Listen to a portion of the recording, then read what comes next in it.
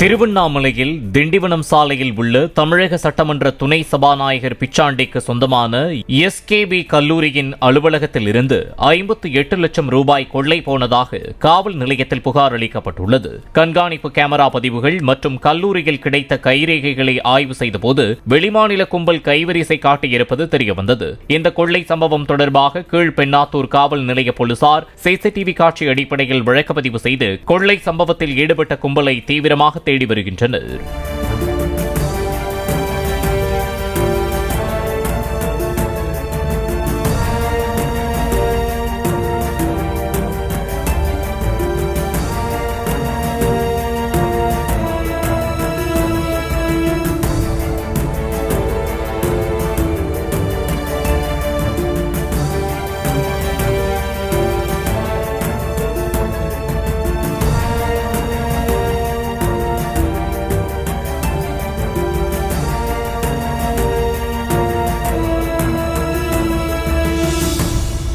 Play store மற்றும் app ஸ்டோரில் இருந்து பாலிமர் செயலியை QR கோடு மூலம் பதிவிறக்கம் செய்யுங்கள்.